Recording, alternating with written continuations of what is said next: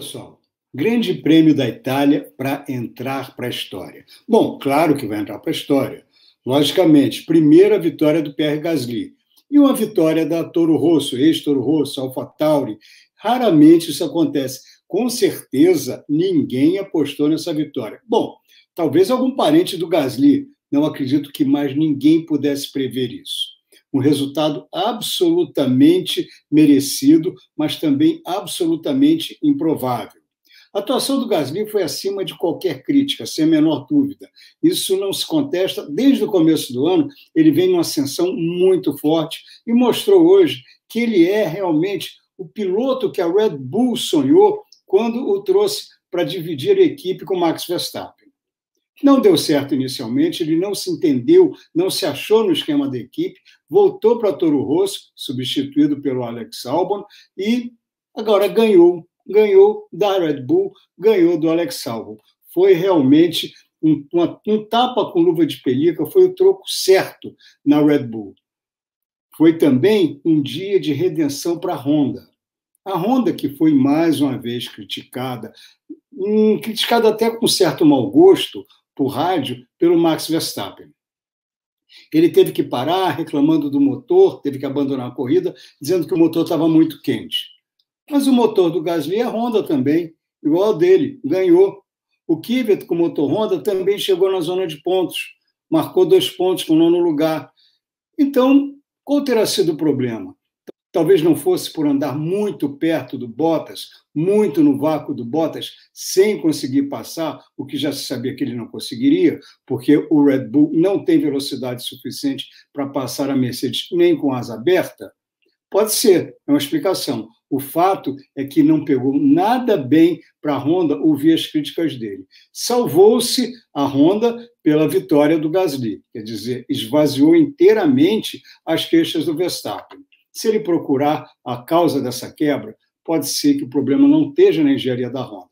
Pode ser que esteja do jeito que ele dirigiu a corrida dele, ele, Max Verstappen. Pior ainda, Alex Albon, né? Teve uma corrida absolutamente atrapalhada, foi disputar uma posição com o Gasly de uma forma absolutamente inconcebível. Ele era o terceiro por fora na freada da chicane, na curva 1. Ele vinha à esquerda do Gasly, que já vinha no meio da pista com outro piloto por dentro. Não tinha como escapar ileso. Tentou, bateu roda com o Gasly, acabou danificando o assoalho. Na volta seguinte, mais um incidente com o Grosjean, foi punido, perdeu 5 posições, terminou em penúltimo. Quer dizer, se já eram fortes os comentários, os pedidos que ele deve ser substituído na Red Bull, agora são mais fortes ainda. Principalmente porque surgiu de novo um Gasly forte. Será que o Helmut Marko não está pensando em trazer de volta o Gasly para a Red Bull? É claro que o Gasly atual não é mais aquele garoto que chegou lá no começo de 2019. É um piloto confiante, um piloto que já venceu corridas, um piloto que amadureceu bastante. Mas realmente eu não sei se seria bom negócio para ele, depois dessa ascensão, dessa reconstrução que ele passou, auxiliado pelo Franz Tost, o chefe da AlphaTauri, se voltar para a Red Bull, para aquela máquina de moer pilotos. Bom, vamos ver mais em detalhes como foi essa corrida. Primeiro o Gasly, segundo o Sainz. O Sainz, com certa razão, argumenta que poderia ter vencido a corrida, deveria ter vencido a corrida, se não fosse pela bandeira vermelha, pela parada. Pode ser, realmente pode ser. Também teve uma atuação de destaque, uma atuação perfeita. Foi talvez a única alegria que a Ferrari teve nesse fim de semana. Seu piloto do ano que vem, com uma atuação belíssima em Monza, tirando tudo que o McLaren com o motor Renault pode dar. Foi realmente uma justificativa para a escolha do Carlos Sainz, o que não desculpa a Ferrari na maneira com que ela demitiu o Vettel. Vettel, por sinal, também, mais uma vez, seguindo seu calvário, sem culpa nenhuma. O carro dele estava com problema de freio, segundo ele, desde a largada, era um problema que se manifestava primeiro no freio traseiro esquerdo, depois passou também para o traseiro direito, ele chega no fim da reta, na freada da chicane, não tem freios. E deu para ver ali imediatamente, quando o carro dele passou, que havia já labaredas subindo, um fogo se iniciando no freio traseiro esquerdo. Quer dizer, isso não é problema de piloto, isso é, logicamente, um erro no dimensionamento da tomada de ar de refrigeração de freio, ou coisa que o valha. Mas o dia da Ferrari ainda ia piorar. Piorou e piorou muito com a batida do Leclerc, indo muito forte, forçando o ritmo, e tem que fazer assim, porque ele é um piloto de baixa pressão. Ele foi contratado para vencer corridas, não está vencendo corridas. Quem conhece um pouquinho, um mínimo de Fórmula 1, sabe que com aquele carro ninguém venceria corridas. Mas, de qualquer maneira, os pilotos se empenham, vão para o limite, eles querem sempre tirar um pouco mais. E Monza é a pior pista para se ter esse tipo de atitude. O carro está muito descarregado na asa traseira, o carro tem pouca pressão aerodinâmica. Quando ele chegou na parabólica, uma curva de realmente aterrorizante. Deu muita sorte de escapar ileso. Se bate num ângulo menos favorável, se bate de frente, a gente estaria muito provavelmente lamentando algo mais sério. De qualquer maneira, não foi, graças a Deus, saiu bem, mas a Ferrari saiu muito, muito mal. Não foi um bom dia para ela de jeito nenhum. Depois o Mattia Binotto falou, não terminar é até pior do que ter uma má atuação. Teve os dois. Teve uma péssima atuação e terminou com os dois carros fora. É realmente um momento negativíssimo para a Casa de Maranello. Aliás, está rolando um videozinho de brincadeira nas redes sociais que define bem a situação da Ferrari. É o Mattia Binotto, logicamente alguém caracterizado como Mattia Binotto, que não ele, dando uma entrevista coletiva, e um jornalista italiano pergunta, mas, senhor Binotto, o que está funcionando bem hoje no carro da Ferrari? Ele falou, bem, o rádio está nos permitindo boa comunicação. Quer dizer, é por aí mesmo, funcionando bem na Ferrari hoje, só mesmo o rádio. E isso foi o que se viu. O motor não vai. A excelente atuação do Kimi Raikkonen, também na segunda largada, indo lá para frente, oferecendo duelos nos quais ele mostrou que continua sendo um verdadeiro cavalheiro na pista e um piloto de muita, muita competência. Os pneus dele eram os pneus macios. Claro que não iam resistir às 26 voltas que faltavam.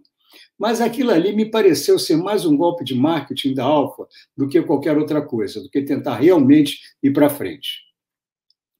Todo mundo na Alfa e fora da Alfa sabe perfeitamente que o lugar daquele carro é nas 2, 3 últimas filas do grid. Quer dizer, está largando circunstancialmente, está mantendo uma terceira, quarta posição, não vai conseguir segurar isso por muito tempo.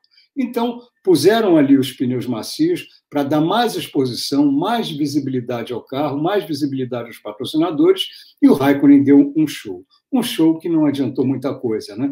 No final das contas, ele terminou em 13º. A única coisa que ele tira de bom, e que a Alfa tira de bom, é que foi no carro dele a melhor troca de pneus, o melhor pit stop desse fim de semana. A seguir veio o do Sainz, depois veio o do Lando Norris e depois vem o do Pierre Gasly. Você está vendo isso na tabela. É realmente uma prova que os mecânicos são verdadeiros heróis, seja a equipe que for. Eles se empenham de corpo e alma, fazem o melhor que eles podem fazer, independente das chances dos carros. Eles estão lá para trabalhar e trabalham sério, trabalham com coração. Sabe? É uma classe que merecia muito mais respeito, muito mais crédito do que recebe pela própria Fórmula 1. Bom, voltemos à corrida. Lance Stroll, terceiro colocado. Um excelente resultado. Claro que ele foi beneficiadíssimo pela bandeira vermelha, pelas regras, você pode fazer mudanças no carro, pode trocar pneus, não pode fazer mudança no carro, perdão, não pode fazer, mas pode trocar pneus, pode fazer algumas poucas coisas no carro. Com isso, ele teve uma troca de pneus custo zero. Todo mundo parado, ele botou os pneus novos quando ele tinha evitado a entrada durante o período de safety car. Com isso, ele foi lá para frente, estava na segunda colocação, atrás do Hamilton, entrou, já se sabia da punição do Hamilton, ele iria liderar a corrida. Só que na relargada os pneus estavam absolutamente frios, o carro teve 2 ou 3 voltas instáveis, com isso ele perdeu posições, mas ainda chegou no terceiro lugar no fim da corrida. Seguido pelo Lando Norris, também muito boa corrida, mas ofuscado pelo excelente desempenho do seu companheiro Carlos Sainz. Em quinto, Valtteri Bottas. Meu Deus, que é isso? O que o Bottas fez? O Bottas, ele está lá para vencer quando o Hamilton não pode vencer. Hamilton ia vencer essa corrida com a mão nas costas, sem o menor problema. Estava dominando, estava rápido, estava virando volta mais rápida, até ser chamado para os boxes para uma troca de pneus, quando o carro de segurança tinha entrado na pista. Os boxes estavam fechados. Ele alega, com razão, uma má sinalização. Havia realmente uma má sinalização. Mas dos pilotos que estavam na pista, apenas dois pilotos foram chamados por suas equipes. Notem bem, essa decisão é da equipe, não é do piloto. Foram chamados para parar, para fazer a troca de pneus. O resultado, foram punidos, uma punição dura, mas uma punição de regulamento. As punições não sendo deliberadas pelo diretor de prova. Para tal infração existe tal punição. E a punição para esse tipo de infração, a entrada nos boxes com box fechado, é um pit stop, ou um stop and go, como se chama, de 10 segundos. Quer dizer, o carro entra nos boxes. Entrando nos boxes, a velocidade limite é de 80 km por hora. Aí o cronômetro já começa a contar contra o piloto que está fazendo essa parada, porque os outros estão na pista em velocidade normal. Você não pode pagar uma punição em período de carro de segurança, tem que ser em ritmo de corrida. Então, o piloto entra 80 km por hora, vai até a posição, fica parado 10 segundos, cronometrado por um comissário esportivo. Esgotados os 10 segundos, ele é liberado para voltar, vai até o fim dos boxes a 80 km por hora.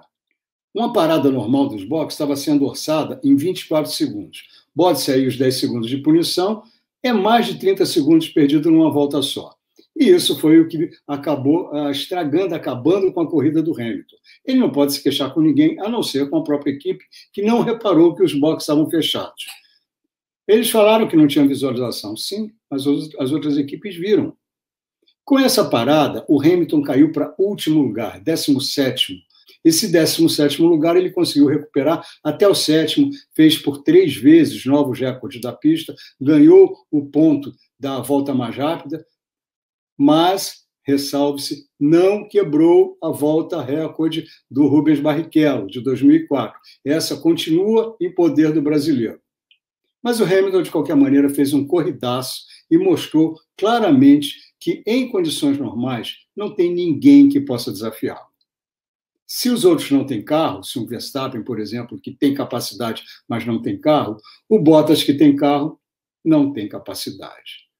Ricciardo, 6º colocado, ótimo resultado para a Renault, que não estava tão bem em Monza quanto esteve na Bélgica, em Spa-Francorchamps. Ainda é um carro que anda muito rápido de reta, mas sentiu falta de pressão aerodinâmica na parte um pouco mais sinuosa de Monza. A sorte é que Monza tem apenas 11 curvas, senão o prejuízo seria maior. Mas o Ricciardo mostrando que quando o carro dá condições, ele tira o melhor que o carro tem para dar. Com certeza ele ficou bastante satisfeito de ver a McLaren, que é a equipe para a qual ele vai guiar o ano que vem, fazia aí um 2º e um 4º lugar, ainda usando o motor Renault. É bom lembrar que o ano que vem a McLaren vai ter motor Mercedes. Então vai ser uma equipe mais forte do que está sendo nesse ano, ou deve ser pelo menos. Hamilton 7º, já falamos, o Ocon em 8º. Mais uma vez ele tomou uma surra do Ricciardo, é um piloto promissor, mas precisa se acalmar. Kvyat em 9º. Kvyat foi mais um piloto que foi prejudicado, teve a sua estratégia prejudicada pela entrada do carro de segurança. Ele foi 11º no grid, escolheu largar com os pneus duros. A estratégia dele qual era? Os 10 à frente dele estavam com os pneus macios. Em condições normais, parariam antes, fariam a troca de pneus, ele ficaria na pista com seu pneu duro, ganharia posições, provavelmente voltaria em primeiro, herdaria o primeiro lugar, provavelmente não, ele herdaria o primeiro lugar, faria algumas boas voltas nessa condição, ganhando distância, ganhando posição, faria sua parada, trocaria para os pneus macios ou médios, com a pista mais emborrachada, o carro mais leve, iria um pouco mais para frente. Não deu certo. Quando o carro de segurança entrou, todo mundo parou, estava mais ou menos na 20ª volta. Já estava próximo da troca também para ele. Então, ele foi obrigado a parar, porque senão ele seria engolido por todos que teriam feito a parada no tempo que ele ficasse na pista.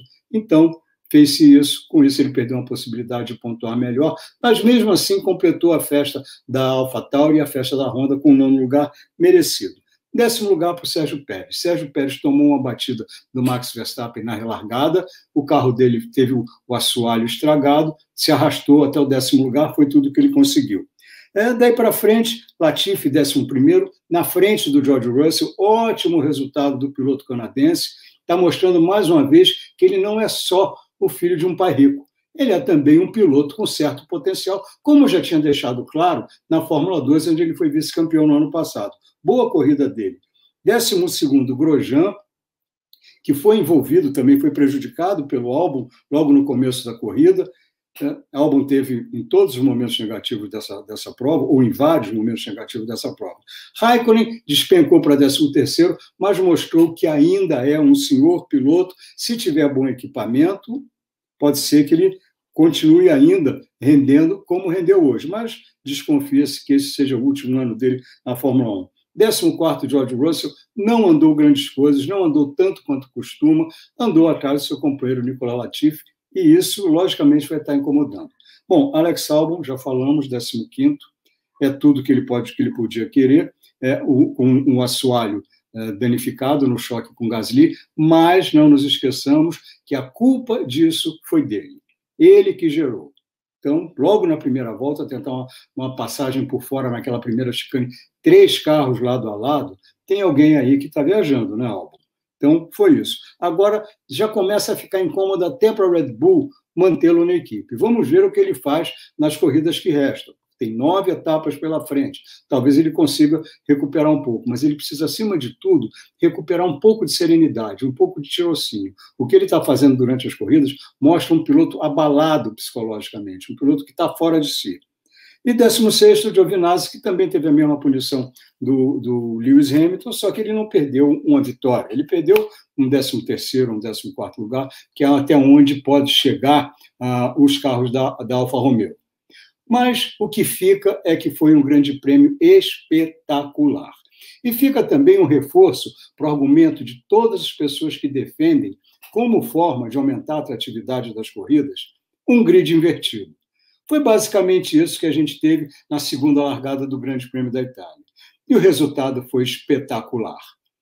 Será que vai pegar? Não sei. Mas agora, quem defende esse grid invertido tem um argumento bastante sólido. Por hoje é isso. Eu fico por aqui e convido vocês para participarem da live que eu vou fazer amanhã, às 20h30, com o Cássio Politi, nesse mesmo canal. O link vai estar na descrição. Até lá!